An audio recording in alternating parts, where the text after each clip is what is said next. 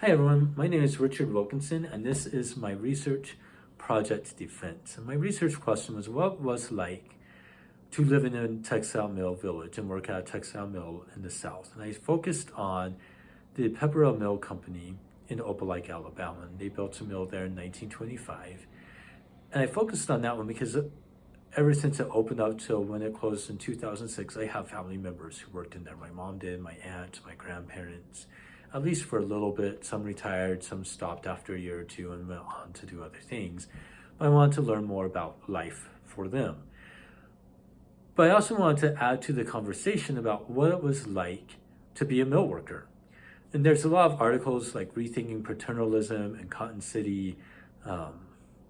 Mill City about Huntsville, Alabama, Wayne Flint's Poor But Proud, that talk about some of the experience of what it was like to live in the mill village, to work at the mill, but they mostly focus on the working conditions of the mill. They focus on unionization, and Rethinking Paternalism really takes a negative view of the company owners and trying to say that they try to control their workers through some of the benefits.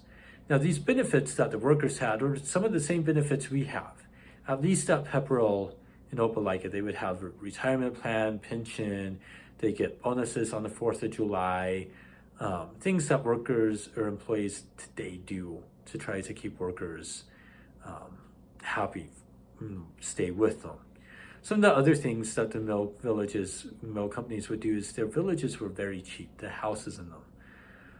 In the 1940s, you could rent a house for $1 a room. So if it was a 4-room house, kitchen, living room, 2 bedrooms, it's about $4 a week, maybe $12 a month. Depending on the house and the time period, it did change over time. But that rent included your utilities and your water, and so they were really cheap. When the mills in the 1958, Pepperell sold their houses to the workers. Some of the people interviewed said they bought their house for about $5,000. Where if you went to Opelika, it was $18,000 for a smaller house. So these were very cheap houses to own or to rent. The company would maintain the houses as well. So a lot of people stayed just because of that benefit. And if they went somewhere else that paid more, they'd also have to give more out in rent and bills. Some of the other things that the mill villages had that the textile company gave us, the textile company helped build schools, pay for teachers, donate textbooks, they built churches for the workers, there was a grocery store that the workers could use and take out credit from their next paycheck with. Some had theaters. Pepperell in Opelika had a theater for a couple of years but closed that down, and then they would have a free bus that workers could go to Opelika with. All you had to do was buy a movie ticket and the bus was free. You could go to the movie theater there in Opelika. So there's a lot of benefits to working at a mill, living in the mill villages, but there's a lot of downsides as well.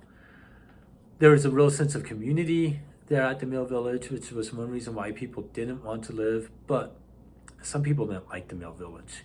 My grandmother saw the people at the mill village as being really uppity. She grew up there, and once her and her husband, my grandfather, was able to move away, she refused to move back, even though my mom and aunts really wanted to, because they didn't have any neighbors, didn't see anyone at all except for at school.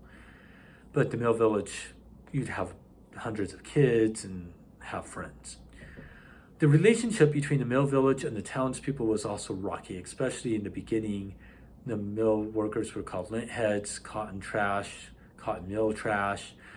But over time that changed and people started to accept them a little bit more. So my findings really looked at how things changed over time with the textile mill workers living in the mill village and how living in the mill village affected people socially. That interaction with townspeople, with people who lived outside of the village, some of the conflicts that happened, especially in high school sports.